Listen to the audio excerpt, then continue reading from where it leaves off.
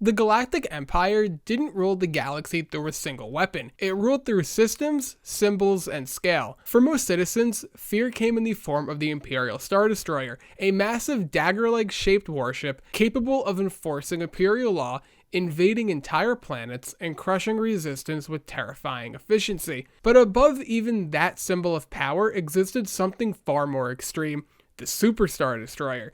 This ship was so massive, it functioned less like a warship and more like a mobile fortress, capable of commanding entire fleets and dominating star systems by its presence alone.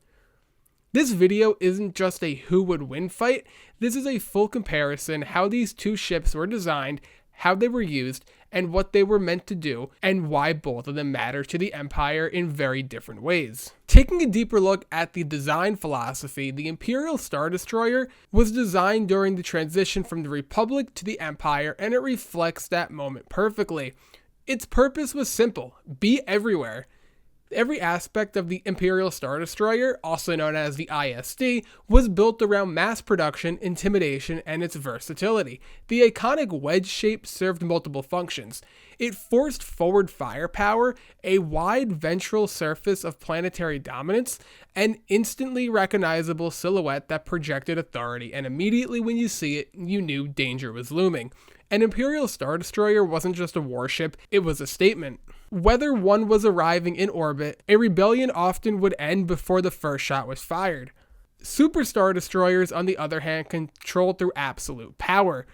They were never meant to replace the Imperial Star Destroyer, they were meant to sit a level above them. Super Star Destroyers were designed as the flagships for the highest ranked Imperial commanders, anchors for the entire fleet formations, and psychological weapons meant to shatter enemy morale.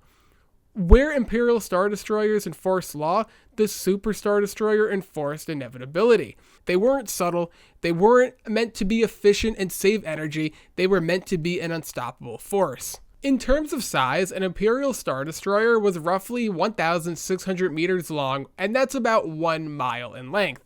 Its crew had a capacity of near 37,000, and it could fit 72 TIE fighters, and it had fully independent operational capability. Imperial Star Destroyers could also patrol hyperspace lanes, maintain blockades, launch full-on invasions, and operate far from supply lines.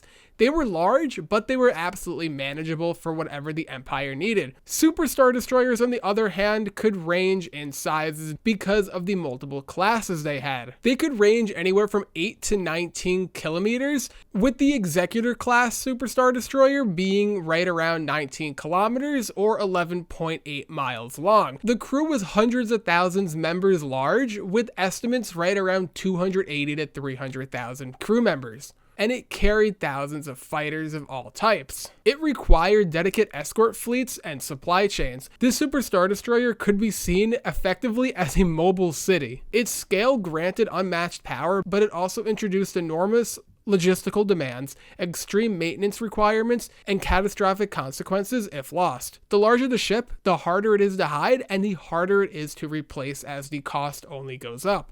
The firepower capability was immense on both. The Imperial Star Destroyer was equipped with heavy turbo laser batteries, ion cannons for disabling enemy ships, tractor beams for capturing enemy ships if they wanted to, and they excelled at destroying cruisers, engaging multiple smaller vessels, and orbital bombardment.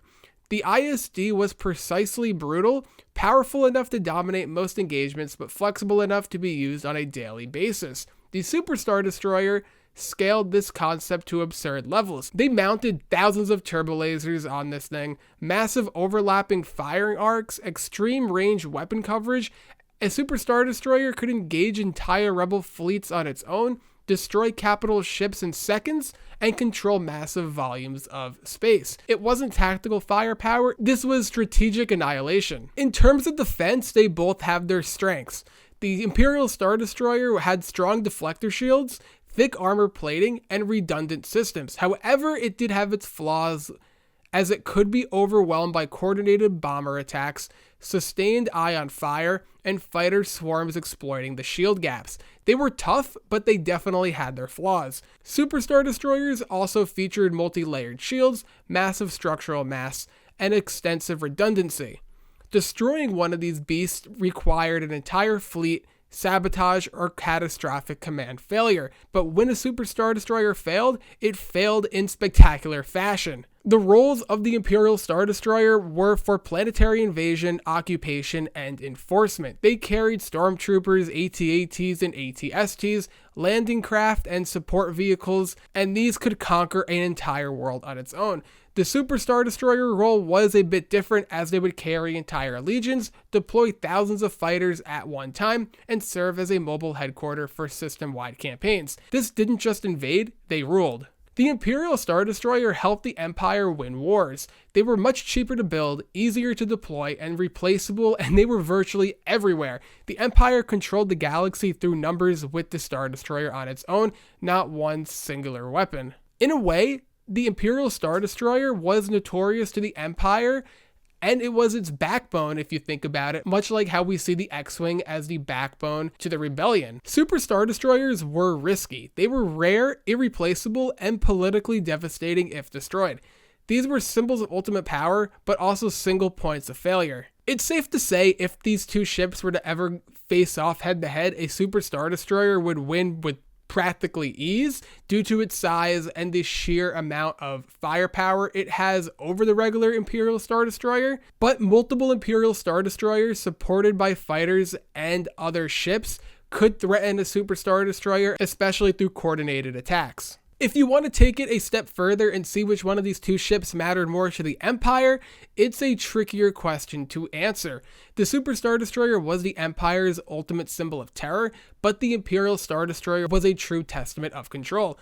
One dominated battles, the other dominated the galaxy. The Empire didn't fall because it lacked powerful ships, it fell because the largest weapons can't replace sustainable control. But what do you think about each one of these Star Destroyers? The Imperial Star Destroyer is so cool, but there's something about the Super Star Destroyer that is just fascinating. So let me know in the comments below which one of these two ships you like more, and other comparisons that you would also like to see. Don't forget to subscribe for more content around the galaxies, and I will see you in the next one.